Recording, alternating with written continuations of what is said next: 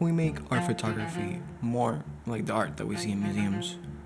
More like these masterpieces, with this distinct brushstroke technique or the apparent pop and color in some of the work like impressionist art. Think Monet, or think Van Gogh, their style, and how they use the brush. Or think Paul Signac with his incredible use of color theory in his work. These impressionist paintings in particular have always been so captivating to me.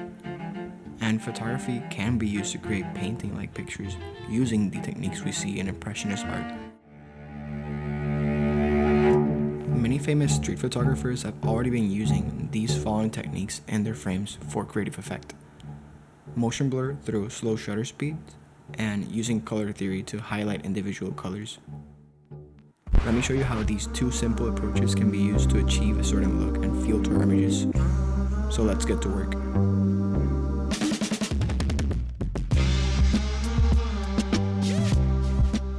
These are the greats and some of my biggest inspirations that really perfected these techniques: Ernest Haas and Alex Webb. These two artists are legends in color photography. Their work involves a lot of color separation, which I feel like makes their frames have this dreamlike effect. And the slow shutter speeds on some of these images are almost impressionistic in style. To achieve this, I'll be looking for colors that complement each other nicely in the scene, and I'll be using an aperture of f/16, as well as shutter speeds typically below 1/30th of a second and above half a second, as well as sometimes use my camera's internal ND filter.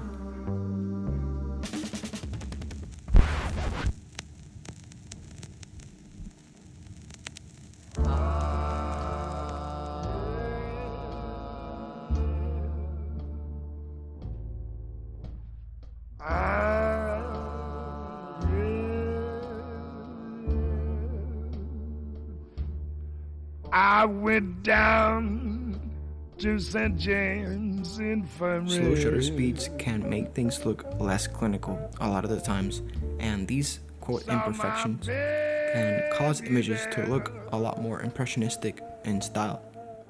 She was stretched out on a long white table. And using color theory in your images can help some color be perceived a lot differently. So fair. Having analogous color schemes can really make images be very dreamy, and complementary color schemes can really boost color's vibrancy.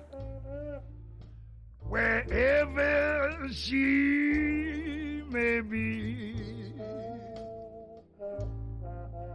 she can look this wide world over.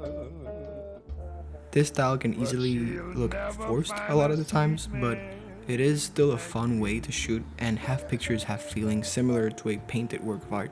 I am planning on keeping shooting like this from time to time to have it as a technique to use when the occasion calls for it. Going to the museum first inspired me to pursue this little self-assignment. Being inspired by art that you see in places like museums or in photo books is something that I now believe is essential in your growth as an artist, instead of solely consuming through social media, which can often feel void. Finding your voice in the art world is a daunting task, and I struggle every day with it. But I know this sort of thing simply takes time, and the more you experiment with different techniques, different environments, and different ways of thinking, the more you will grow.